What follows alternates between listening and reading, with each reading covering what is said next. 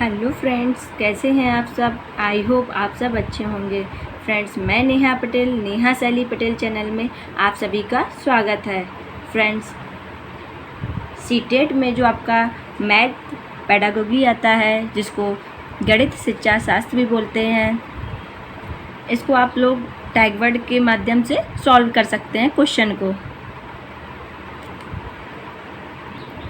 जो आपके tag word होते हैं उनसे आप क्वेश्चन को आसानी से सॉल्व कर सकते हैं।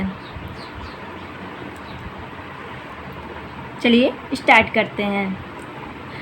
प्राथमिक कक्षाओं में गणित की सबसे उपयुक्त विधि किसे मानते हैं? तो आपकी खेल मनोरंजन विधि होती है। जो आपके प्राइमरी लेवल पे कक्षाएं होती हैं उनमें गणित की सबसे अच्छी जो विधि होती है वह आपकी खेल मनोरंजन विधि होती है। नेक्स्ट क्या है? नए प्रश्न को हल करने की सर्वश्रेष्ठ विधि वो आपकी आगमन विधि होती है, जो उदाहरण से नियम की ओर होती है। नेक्स्ट है आपका प्राथमिक स्तर पर गणित का महत्व व्यवहारिक महत्व होता है। नेक्स्ट, विद्यालय शिक्षा में गणित का मुख्य लक्ष्य बच्चों को विचार प्रक्रिया का गणितीकरण कराना।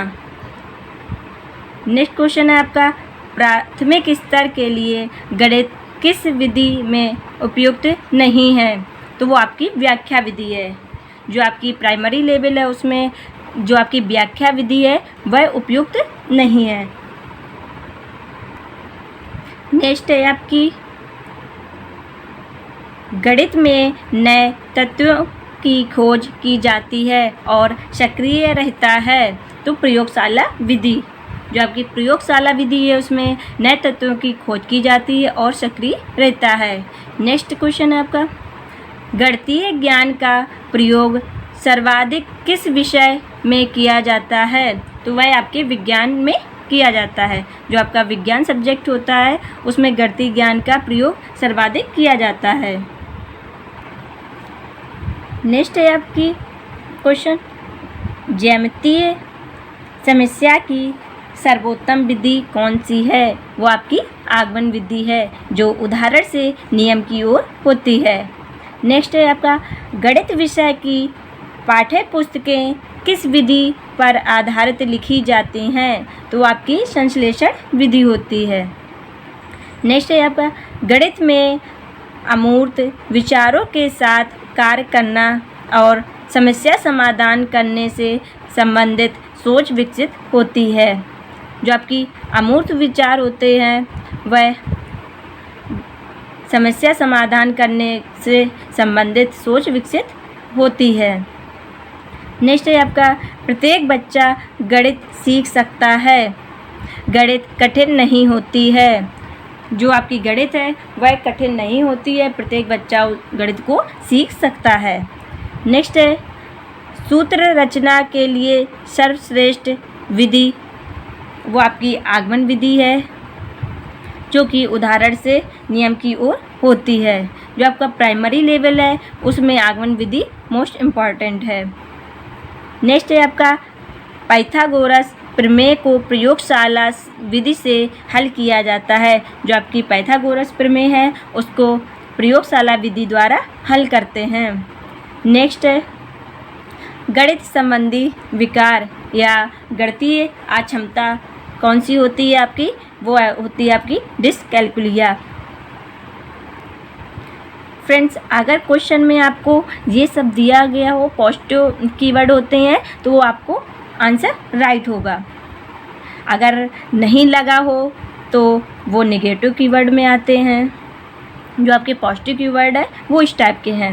नेक्स्ट है आपका गणित में व्यवहारिक उपकरण मूल गणितीय संरचना को समझने में सहायक होते हैं। जो आपके मूल गणितीय संकल्पना होती है वह आपके गणित में जो व्यवहारिक उपकरण है उसको समझने में सहायक होते हैं। नेक्स्ट है गणित शिक्षा का उद्देश्य क्या है? बच्चों में गणितीय प्रतिभा का विकास करना आपके गणित शिक्षा का उद्देश्य होता है। नेक्स्ट है आपका वैदिक गणित से विद्यार्थियों में गणना के कौशल तथा गति का विकास होता है।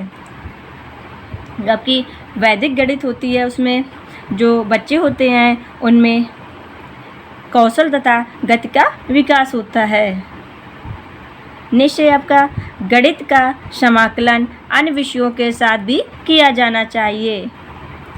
नेक्स्ट है आपका गणित को बच्चे की जिंदगी अनुभवों के भाग बनाना, समस्या कौशल के लिए प्रोत्साहित करना व तर्क संगत विचारों को प्रोत्साहित करना है। नेक्स्ट है आपका गणित में त्रुटियां यह बोध कराती हैं कि बच्चे गणित की अवधारणा को किस स्तर तक समझ पाएं। नेक्स्ट है आपका प्राथमिक स्तर पर संकल्पनाओं को मूर्त से अमूर्त में प्रस्तुत करना चाहिए। जो आपके प्राथमिक स्तर पर संकल्पनाएं होती हैं उसको मूर्त से अमूर्त रूप में प्रस्तुत करना चाहिए। नेक्स्ट है आपका माप का संदर्भ पढ़ाने के लिए पहले अप्रमाणिक माप और फिर प्रमाणिक मापों का प्रयोग किया जाता है। इसमें क्वेश्चन किस टाइप का पूछेगा, चलिए वो भी बता देती हूँ। जैसे क्वेश्चन पूछा गया है प्राथमिक स्तर पर शिक्षार्थियों को माप का संदर्भ पढ़ाने के लिए निम्नलिखित में से कौन सा कथन सत्य है। ऑप्शन नंबर 1, अप्रमाणिक मापों का प्रयोग प्रमाणिक मापों के बाद करना चाहिए। सेकेंड नंबर ऑप्शन है प्रमाणिक मापों का उपयोग अप्रमाणिक मापों के बाद करना चाहिए। थर्ड ऑप्शन है आपका केवल अप्रमाणिक मापों का उपयोग करना चाहिए। फोर्थ है आपका अप्रमाणिक मापों का उपयोग नहीं करना चाहिए। तो जो आपका क्वेश्चन है इसका आंसर होगा सेकेंड नंबर।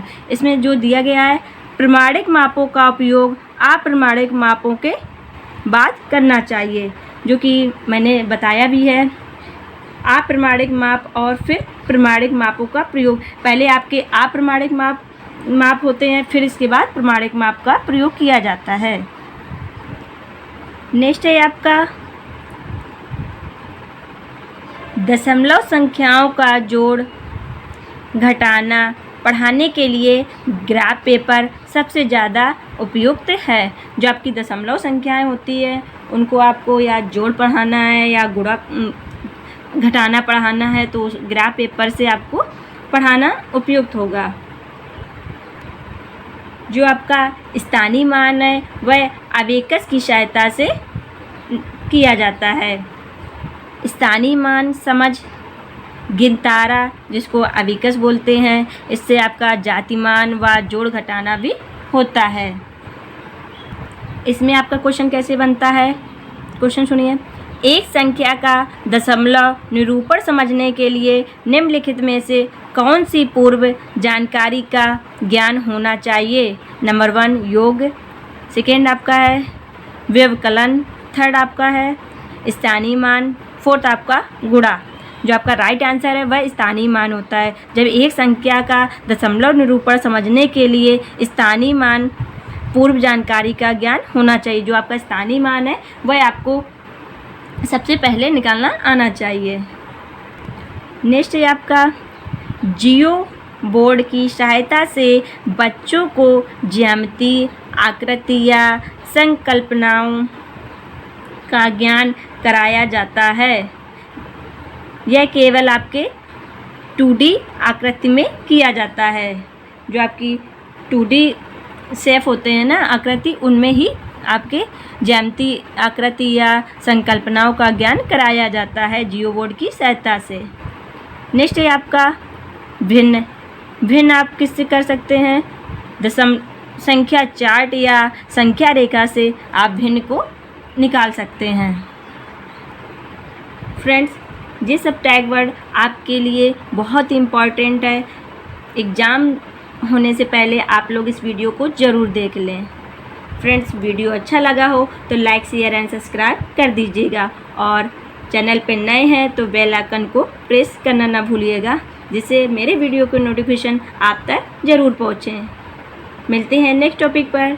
Thank you.